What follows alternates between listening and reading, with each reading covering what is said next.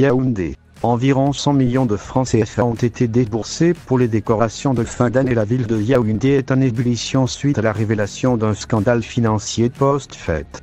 En effet, des dépenses considérables ont été faites pour les décorations de fin d'année. Environ 100 millions de francs CFA ont été déboursés pour ces travaux, suscitant l'indignation des habitants qui dénoncent une priorité mal placée face aux défis criants tels que le manque d'accès à l'eau potable. L'appel d'offres, lancé par la mairie de Yaoundé, a accordé le marché à l'entreprise ETS Lolaner. Cette dépense, survenue à la suite du scandale récent impliquant un pont évalué à 500 millions, a déclenché une vague de critiques.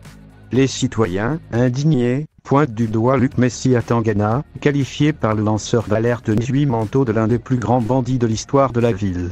La population exprime un profond mécontentement face au décalage frappant entre les priorités de la mairie et les besoins urgents des habitants.